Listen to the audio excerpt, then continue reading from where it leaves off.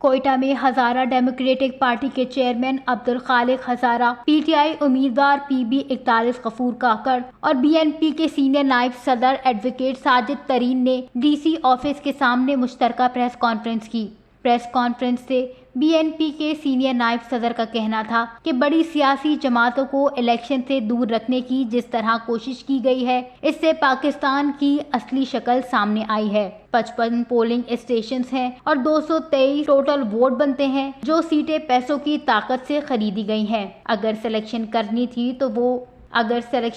تھی تو ووٹ کیوں کرائے؟ نگراں حکومت کو ہی 2 سال اور چلا لیتے۔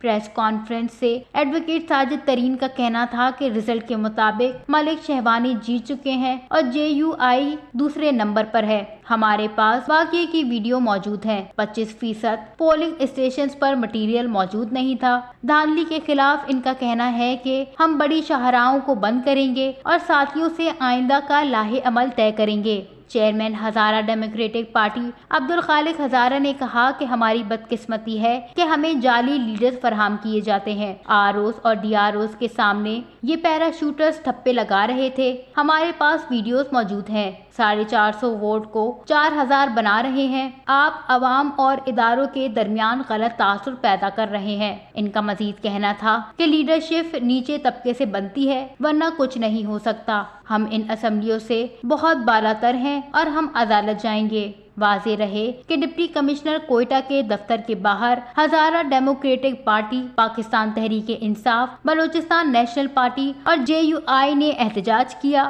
ہزارہ ڈیموکریٹک پارٹی کے کارکنان نے نتائج کی مبینہ تبدیلی کے خلاف ڈی سی آفس کے باہر دھرنا دیا۔ وش نیوز، کوئٹہ، بلوچستان۔